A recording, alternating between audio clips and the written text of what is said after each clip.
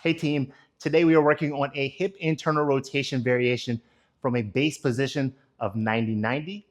We will start seated in that 90-90 position, which basically means both of your legs are at 90-degree angles.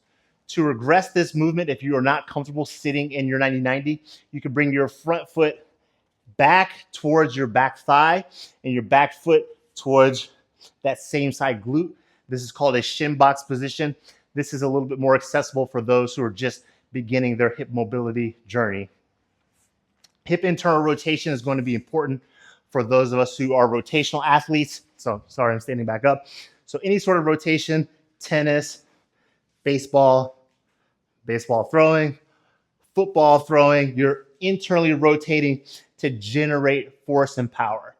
So if your hips are not rotating properly, what happens is some of that tension will end up going into your knees and it may cause knee pain. So becoming more proficient at hip internal rotation can reduce knee pain.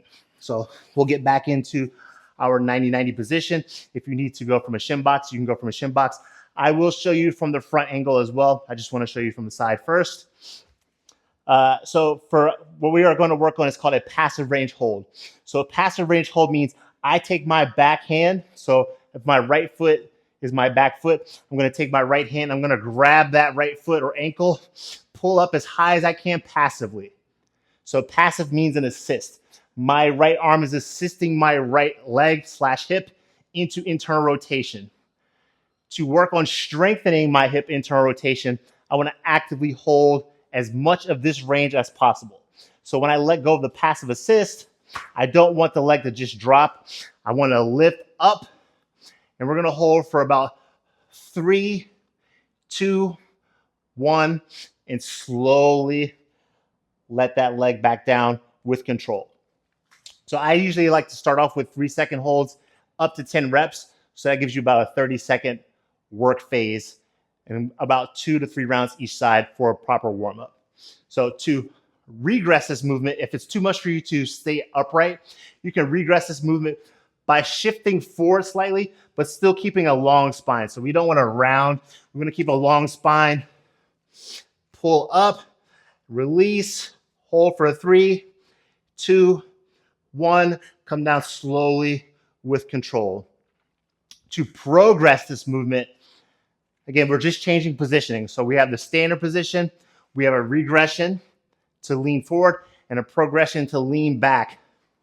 So same thing, I don't want my rib cage popped out. I want it retracted. I want a nice straight line as I go through.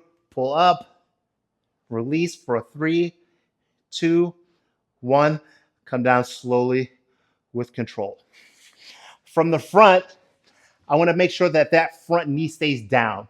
So if the knee is popping up, what you can do is you can put a yoga block or something like a roller to create tension, push down so you can work on strengthening and loosening those tissues in the front side if the knee is not able to stay down.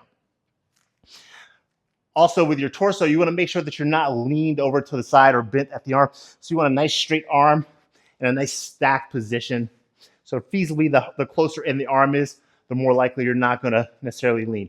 Now, another regression from a position standpoint is going through the same kind of concept from a forearm. But again, we are trying the standard position. So we want to stay as upright as we can, not necessarily lean over or let that rib cage sink.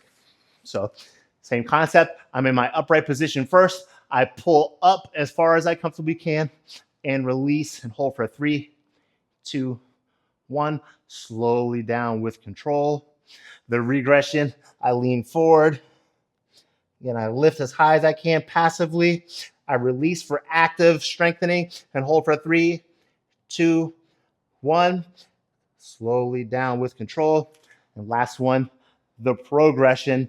Slightly lean back, lift up with the passive, make sure that front knee stays down, and release and hold for 3, 2, 1, and release down slowly with control. Thank you for watching and following along if you made it this far. And if you find this information useful, please like, share, and subscribe. Thank you for your time. Appreciate it.